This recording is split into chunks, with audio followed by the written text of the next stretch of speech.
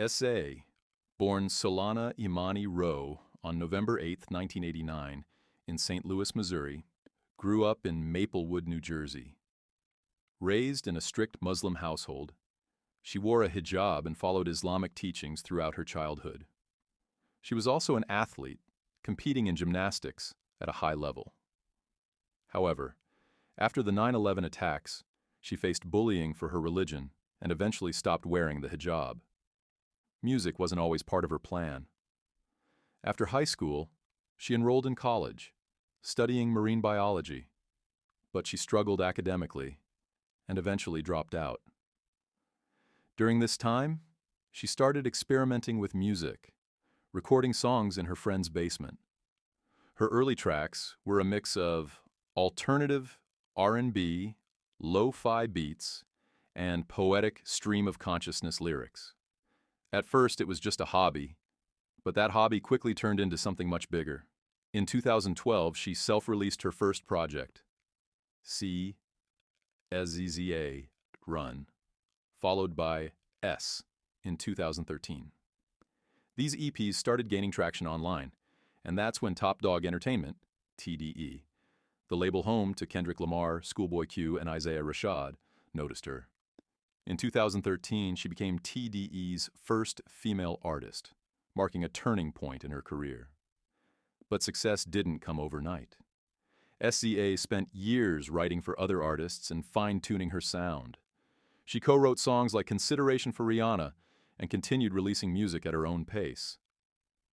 Then, in 2017, she finally dropped her debut album, Control. Control wasn't just an album, it was a movement. With its raw, unfiltered storytelling, it spoke to an entire generation. Songs like Love Galore featuring Travis Scott, The Weeknd, and Drew Barrymore explored themes of love, self-worth, and heartbreak in a way that felt deeply personal.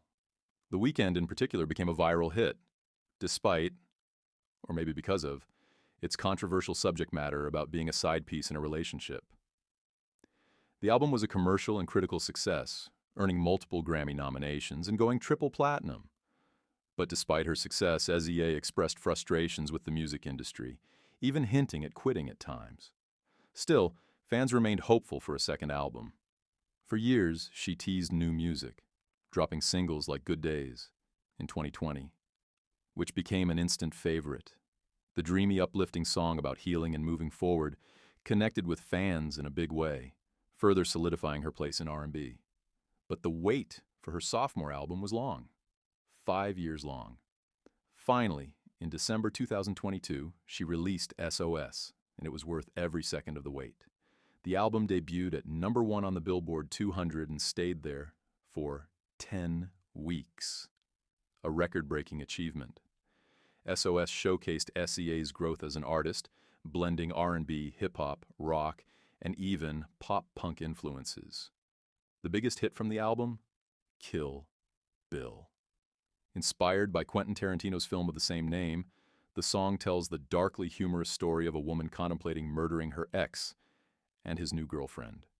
It became her first ever Billboard Hot 100 #1 song and a cultural phenomenon. Another standout track was Snooze, a smooth, sultry song about devotion in a complicated relationship. It resonated so deeply with listeners that it became one of her most streamed songs. Shirt, with its hypnotic beat, also became a fan favorite, proving that SZA's ability to connect with people's emotions was stronger than ever. With SOS, SZA dominated the industry, winning multiple Grammy Awards, selling out arenas worldwide, and proving that she's not just an R&B star, she's a generational talent. So, what's next for SZA? With her continued success, genre-bending creativity, and an ever-growing fan base, one thing is certain, she's far from done. Whatever she releases next, the world will be watching and listening.